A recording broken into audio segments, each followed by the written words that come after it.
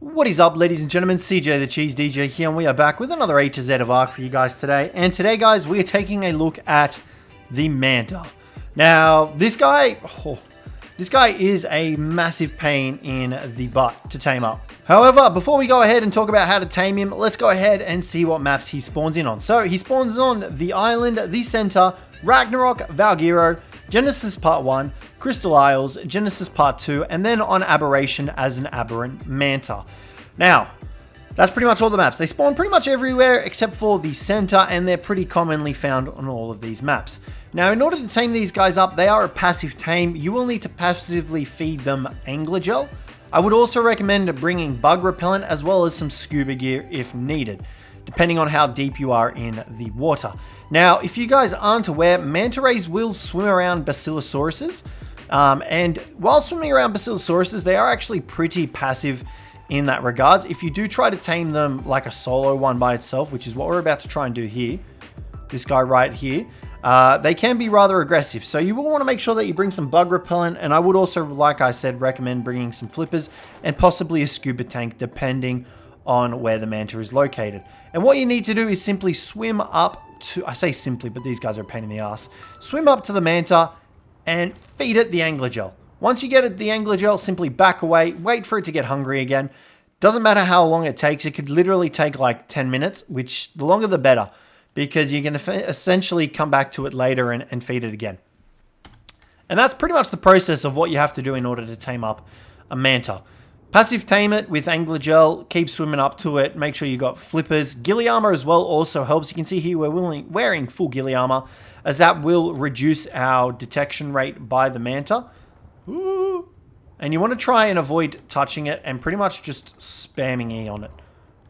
You can see that we're actually touching it at this stage and it's not aggroing on us, which is great. So one thing I would recommend if you do want to try and tame a manta, bug repellent. You will need bug repellent for sure. As well as that, unfortunately, they do not take any kibble as an alternative, so you will have to use angler gel in order to get these guys. So we're just going to wait it out and tame it up. Now, there are other ways you can go about taming up the manta, and other ways you can set up a trap for it. Personally, I don't think it's really that worth it. Traps for the mantas are kind of annoying to set up because they swim so fast and you've got to try and kite them into the trap. You can use rare flowers and whatnot and like aggro it and then leave its render range and then come back for it again. But honestly, it's probably just way too much work. Most things don't aggro on mantas in the water. I think the only things that do aggro on mantas are megalodons. And even then, mantas are generally fast enough to get away from megalodons so that you don't actually have to worry about megalodons damaging them or anything like that. And you can see here with the bug repellent, we're easily able to swim up to it, even touch it, and it's not aggroing on us or resetting the tame. Do note that if you do this and you do get too close to it and it does aggro on you, that will most likely reset the taming progress. Now, once you've successfully tamed up your manta, their saddle is learned at level 28. It's pretty expensive. I mean, it's not, but it just requires quite a few materials. It's crafted at the smithy. You need 70 fiber, 12 flint, 100 hide, 35 metal ingots, 25 wood.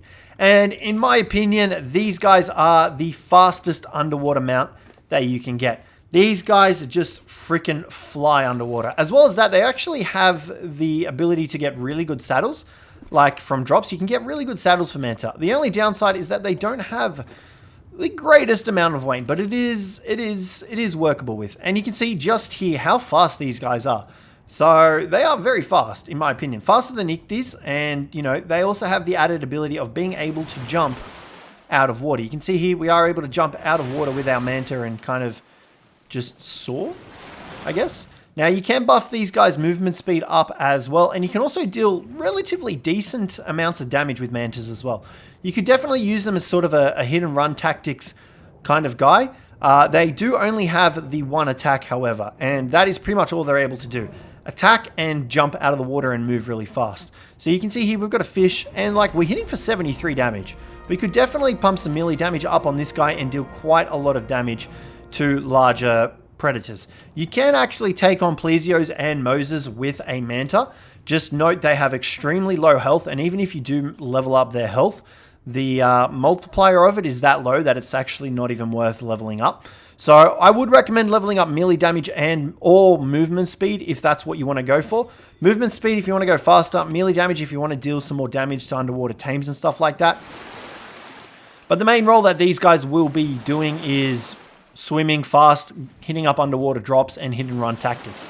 That's pretty much it. Now, you can take these guys on land. However, do note they will take damage.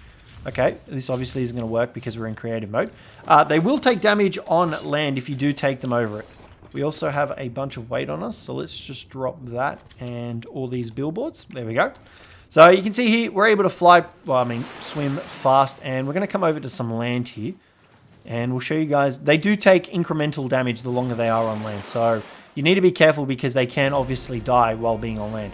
However, they are still able to sort of, I don't know what the right word is, swim? I guess they can still swim over land. So, you know, if you've got a manta with decent health, you can easily get by. But like I said, you want to be very careful because these guys can very easily die. If you take them onto land, they will get beached. And it's not really a pretty sight. But guys, that is pretty much everything you need to know about the Manta. You definitely want to pump up movement speed and melee damage on these guys and make sure that you bring bug repellent with you in order to tame these guys up because they can be very problematic if you're trying to tame them without bug repellent. But guys, that's going to wrap the video up for today. Hopefully you guys enjoyed this one. If you did, don't forget to leave a like, subscribe down below for more, and I'll catch you in the next one.